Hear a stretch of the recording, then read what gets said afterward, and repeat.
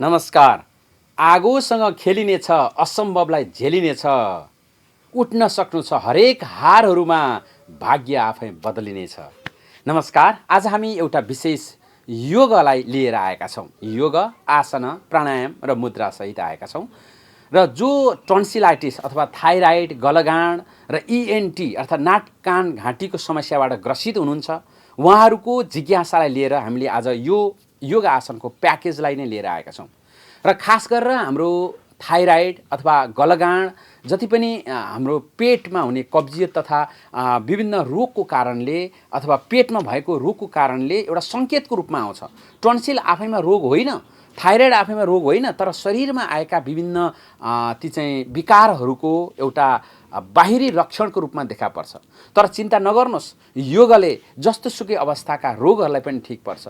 आसन योगले मानवलाई मुक्ति दिनको लागि हो र यो मुक्तिदायी विद्या हो, सञ्जीवनी हो। तर योगले रोगलाई पनि सहज ठिक पार्दै यो मुक्तिको लागि पहिलो लक्षण नै सिद्धिको लागि रोग अभाव हो। रोगोभाव गराउनको लागि हामीले आज विभिन्न रोगको अनुसन्धानबाट, विभिन्न विश्वविद्यालयको अनुसन्धान र विभिन्न शोध कार्यबाट प्राप्त आसनहरूलाई गर्नेछौँ।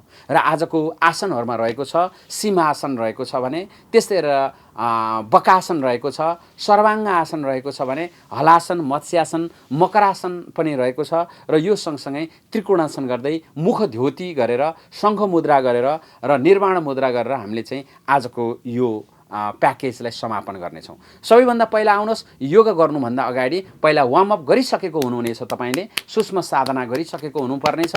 र त्यसपछि यो आसन प्रायः सबैले हुन्छ र ब्याकबोनमा धेरै घाउ भएका र केही आसनहरू गर्भवतीहरूले, केही आसनहरू र मासिक धर्ममा रहनुभएका आमा दिदीबहिनीहरूले नगर्नु भए हुन्छ। र आउनु सबैभन्दा पहिला सिंहासन गर्नेछौँ। सिंहासन जसरी सिंहले गर्जन गरेर आफ्नो रोगलाई, टक्सिनहरूलाई निवारण गर्छ, त्यसरी नै हामी पहिला पद्मासनमा बस्यौँ। पद्मासनमा बसेर ढाड सिधा छ र ढाड सिधा भएर बिस्तारै हामी जानेछौँ। र यसरी गरेर हातलाई यसरी सिधा पारिदिनुहोस् र यसरी गएर तपाईँले यो लाइन छ, यो घुँडाको लाइन र हातलाई एउटै लाइनमा पारिदिनुहोस् र यसरी राखेर दुइटैलाई बराबरी भएर यो 90 डिग्रीमा रहनु पर्यो। यो हातहरू यसरी राखेर धेरै टाढा नि होइन, पर नि होइन, यसरी राखिसकेर जिब्रोलाई बाहिर निकालिदिनुहोस्, आँखालाई माथि लैजानुहोस् र सकेसम्म भित्रबाट श्वास लिएर आएर फालिदिनुहोस्।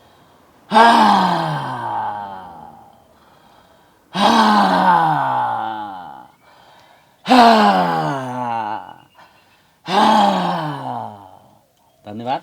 यो बकासन भयो, यसलाई 2 चोटि 3 चोटिसम्म गर्न सक्नुहुन्छ भने अर्को सुप्त बकासनलाई तपाईँले पूर्ण रूपमा शरीरलाई यसरी सुताएर पनि यसरी पूर्ण रूपमा सुताएर ढाडलाई यसरी राखेर गर्नुहुन्छ, ताकि पेटभन्दा तलको सम्पूर्ण अपान वायुलाई यसले निकालिदिन्छ र घाँटीको टन्सिलाइटिसलाई पनि र थाइराइडलाई पनि यसले निको पार्नलाई सहयोग गर्छ।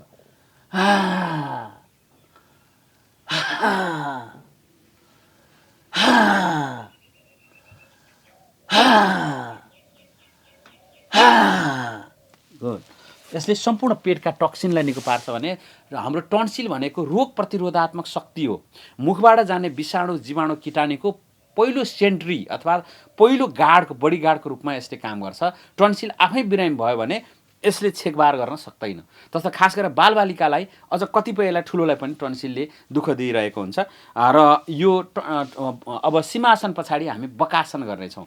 र बकासनमा हामी यसरी नै हामी बस्नेछौँ र टुक्रुक्क बस्नुहोस् र टुक्रुक्क बसेर हातलाई तपाईँले फिँजाएर हुनेछ र हातलाई बराबरी यो भागमा चाहिँ तपाईँको वेट विभाजन भएको हुनुपर्छ। एकतर्फी मात्रै गर्दा हात दुख्ने हुन्छ र बिस्तारै तपाईँले घुँडाले चाहिँ कुइनुलाई पेल्ने प्रयास गर्नुहोस् र यसरी पेल्दा पेल्दा बिस्तारै ब्रिथ आउट गरेर तपाईँ जानुहोस् र श्वास बाहिर फालेर यसलाई वर्कआउट गर्नुहोस्। पहिला चाहिँ यहाँनिर वर्कआउट गर्नु, खुट्टालाई वर्कआउट गर्नुहोस्। गुड, धन्यवाद। र तपाईँको मसल पनि वृद्धि हुन्छ यसले र टन्सिलाइटिसलाई पनि ठिक गरिदिन्छ। र यसरी माथि जानुहोस्, ब्रिथ आउट। दृष्टि भुइँमा, ध्यान चाहिँ घाँटीमा हुनु पर्यो, विशुद्धि चक्रमा।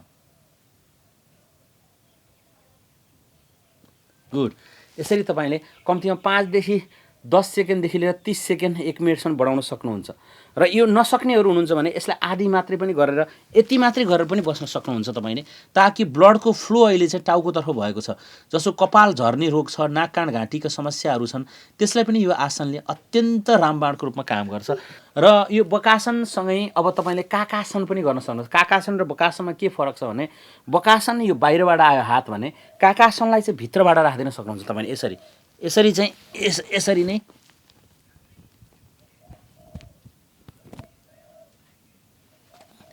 श्वासलाई बाहिर फालेर घुँडोभन्दा भित्र हात गयो र सम्पूर्ण रूपमा तपाईँको यो घुँडो भित्र छ र यसरी चाहिँ सम्पूर्ण भित्री भाग, भित्री मसल र पेल्भिक फ्लोरलाई चाहिँ यसले स्ट्रेस दिइरहेको हुन्छ। ब्रिथ आउट गर्दै जान, श्वास बाहिर फाल्ने,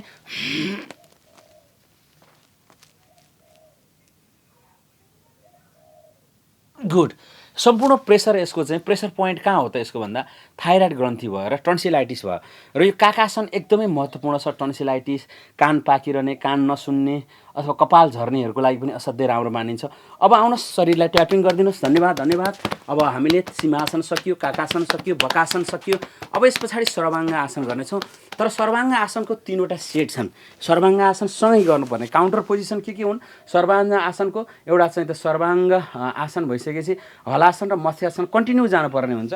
र यसको लागि आउनुहोस्, सबैभन्दा पहिला हामी सुतेर शवासन गरेर अघिको आसनहरूको लाभ र प्रभावलाई आनन्द लियौँ। र आनन्द लिइसकेपछि बिस्तारै श्वास सामान्य अवस्थामा पुग्यो। सामान्य अवस्थामा पुगेर बिस्तारै यो खुट्टाहरूलाई यसरी उठाइदिनुहोस् र खुट्टाहरूलाई जुन यसरी मात्रै गर्न सक्नुभयो हुन्छ। तर यसलाई अझ तपाईँले पछाडि लैजानुहोस् र पछाडि लगेर पूर्ण रूपमा यसलाई उठाइदिनुहोस्। गुड। सकेसम्म यो हातलाई तल लिएर आउनुहोस्। यसरी राख्नुहोस् माथि। दृष्टि यसको माथि हुन्छ। बुढी औँला, खुट्टाको बुढी औँलामा ध्यान तपाईँको हुन्छ। ध्यान हुन्छ तपाईँको घाँटीमा हुन्छ। र घाँटीमा ध्यान छ, माथि दृष्टि छ। यसरी बस्नुहोस्। 1 2 3 4 5 6 7 8 9 10 11 12 13 जति बेर सक्नुहुन्छ फेरि खुट्टालाई घुम्च्याइदिनुहोस्। यहाँ खुट्टा खुम्च्याएर बिस्तारै आउनुहोस् र ब्रिथ आउट गर्दै हलासनमा जानुहोस्।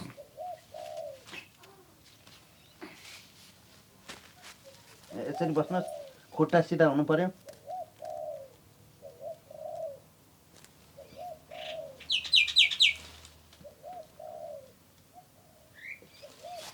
अब हलासनबाट तपाईँ यो आसनलाई नबिगारिकन टाउको नउठाउनुहोस्। टाउको नउठाइकन यसरी पद्मासनमा जानुहोस्। पद्मासनमा गएर सहस्रार चक्रलाई जमिनमा राख्दै हातले बुढी औँलालाई समाउँदै यसरी रहनुहोस् र दृष्टि तल भएमा, ध्यान गलामा।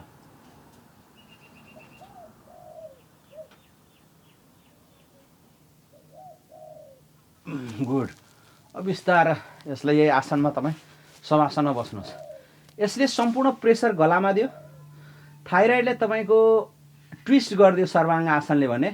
काउन्टर पोजिसन हलासन र मत्स्यासनले के गरिदियो भन्दाखेरि ब्याक ट्विस्ट गरिदियो। तसर्थ यो चाहिँ यहाँ ब्लडको फ्लो बढ्यो र टन्सिलाइटिसमा मर्न लागेका प्लाज्माहरूलाई एक्टिभेट गरेर अक्सिजनेटेड ब्लड बनाएर यसलाई बायोप्लाज्मा बनाइदियो। र बायोप्लाज्मा बनाएर तपाईँको टन्सिलाइटिस जति पनि रोगका शिकार बनिरहेको छ, चिल्लो पिरो अमिलो खाँदाखेरि दुख्नेदेखि अन्य कुरालाई पनि यसले सहयोग गर्न सक्नुहुन्छ। र आउनुहोस्, अब हामी गर्नेछौँ कि त्रिकोणासन। त्रिकोणासनमा आउनुहोस्। यसमा तपाईँ सिधा समस्थितिमा बस्नुभयो। समस्थितिबाट तपाईँले खुट्टालाई यहाँ लानुभयो र जब यो खुट्टा पर गइसकेपछि ब्रिथ आउट गर्दै यो खुट्टा तन्किएको हुनु पर्यो। र ब्रिथ आउट गर्दै हातलाई तल राख्नुहोस् र तल राखेर ब्रिथ आउट, श्वास बाहिर माथि हेर्नुहोस्। 1 2 3 4 5 6 7 8 9 10 11 12 13 फेरि आउनुहोस् र फेरि अर्कोतर्फ जानुहोस्। ब्रिथ आउट, दृष्टि माथि, ध्यान तपाईँको हुनु पर्यो नाभिमा। 1 2 3 4 5 6 7 8 9 10 11 12 13। धन्यवाद। त्रिकोणासनलाई पनि 5 पटक गर्नुहोस्। अब टन्सिलाइटिस भएकोहरूलाई मुख ध्योति गर्नु पर्यो। जसले चाहिँ यसरी हात घुँडामा राख्नुहोस्। त्यस पछाडि भित्रबाट टक्सिन फाल्ने फेरि श्वास लिनुहोस्।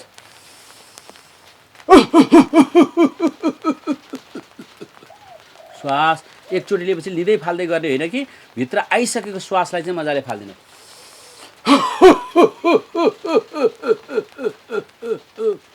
गुड। यो क्रमलाई 5 चोटि दोहोऱ्याउनुहोस् र यो सँगसँगै अब हामी उज्जयी प्राणायाम गर्नेछौँ र जसले गर्दाखेरि घाँटी टन्सिलाइटिस यहाँ भएका सम्पूर्ण इएनटीको समस्यालाई निको पार्छ।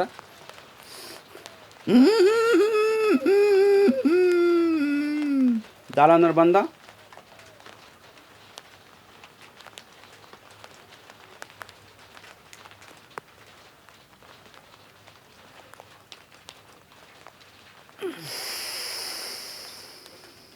यो क्रमलाई 2-3 चोटि दोहोऱ्याउनुहोस्। पुरै श्वासलाई स्क्विज गरेर भित्र भर्नुभयो, कुम्भकमा हुनुहुन्छ। अब चिनलाई लगेर यहाँले जोड दिनुहोस्। श्वास बाहिरबाट लक भयो, चिन लक भयो। दृष्टि तल, जिब्रो खेचरी, आँखा साम्भवी।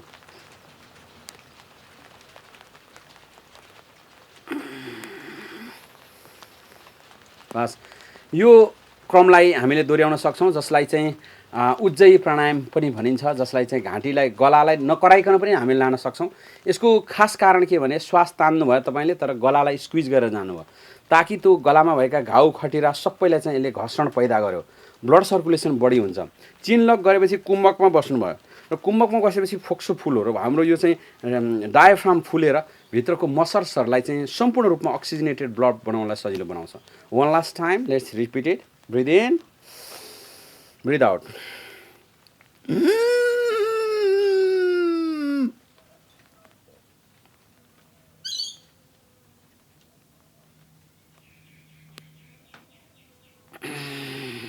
यसरी चाहिँ यसलाई दोहोऱ्याउन सक्नुहुन्छ भने अब मुद्रा मार्फत कसरी गर्ने त हामीले र तपाईँले यो सँगसँगै सन्मुखी मुद्रा गरेर पनि श्वासलाई रोकेर यसको लाभ लिन सक्नुहुन्छ। र सन्मुखी भनेको 6वटा मुख बनाउने, जस्तो पहिला चाहिँ यहाँनिर हाम्रो पोइन्ट हुन्छ, यो अकुप्रेसर पोइन्ट, यसले चाहिँ रिएक्टिभेट गर्छ नाक कान घाँटीले। यसको सिधै नसा चाहिँ हाम्रो ब्रेनसँग पुगेको हुन्छ, यसलाई नर्भ भेसल छ यसमा, यसलाई यसरी थिचिदिनुहुन्छ। अर्को चाहिँ नाकमुनिको पोइन्टलाई अकुप्रेसर पोइन्ट, अर्को यो ठ्याक्क हड्डी सकिएर मासु प्रारम्भ हुने ठाउँ यहाँनिर, र त्यसपछि फेरि आँखालाई यसरी, र यसरी गरिसकेपछि कानलाई र अब पालै पालो एउटा एउटा नाकबाट श्वास लिँदै छोड्दै गर्नुहुन्छ।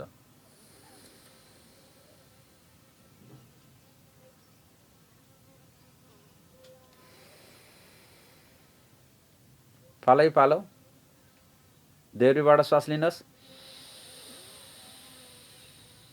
भित्री कुम्भकमा बस्नुहोस्, दाहिनेबाट छोडिदिनुहोस्, दाहिनेबाट लिनुहोस्, रोक्नुहोस्। गुड। बिस्तारै यो चाहिँ सन्मुखी मुद्रा भयो। आँखा बन्द भएको हुनाले एकैचोटि नखोल्नुहोस्, ओम भनेर खोल्न सक्नुहुन्छ। ओम,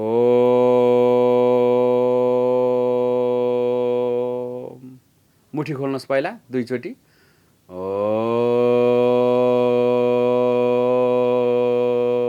अब एकचोटि, वान लास्ट टाइम।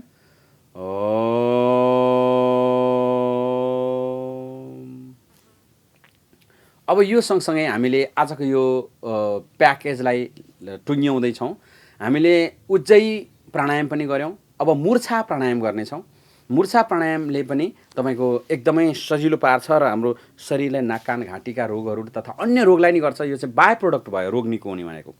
र हामीले भन्दै आइरहेका छौँ योग भनेको उपचार पद्धति होइन, यो योगीहरूको लागि साधना पद्धति, रोगीहरूको लागि उपचार पद्धति र गृहस्थको लागि जीवन पद्धति हो। आउनुहोस्, मूर्छा प्राणायाम गरेर जिब्रोलाई माथि लानुहोस् च्यापुमा, आँखालाई ठ्याक्क यहाँनिर राख्नुहोस् भ्रिकुटीमा, र त्यसपछि चिनलाई बन्द गरेर मलद्वारलाई माथि लिएर आएर राखेर अनि हामीले चाहिँ मूर्छा पर्दाखेरि जसरी हामी बस्छौँ त्यसरी नै हामी रहनेछौँ।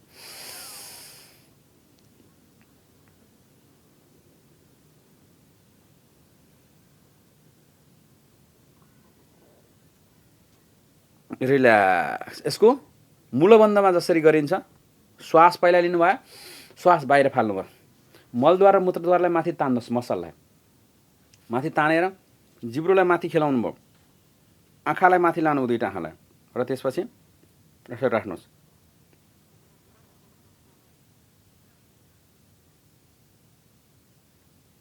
रिल्याक्स। यसलाई चाहिँ मूर्छा प्राणायाम भनिन्छ। अब यो सँगसँगै हामीले मुद्रा अभ्यास गर्नेछौँ। मुद्रामा आउन शङ्ख मुद्रा चाहिँ टन्सिलाइटिस र घाँटीको लागि एकदम राम्रो मानिन्छ। शङ्ख मुद्रा कसरी गर्ने?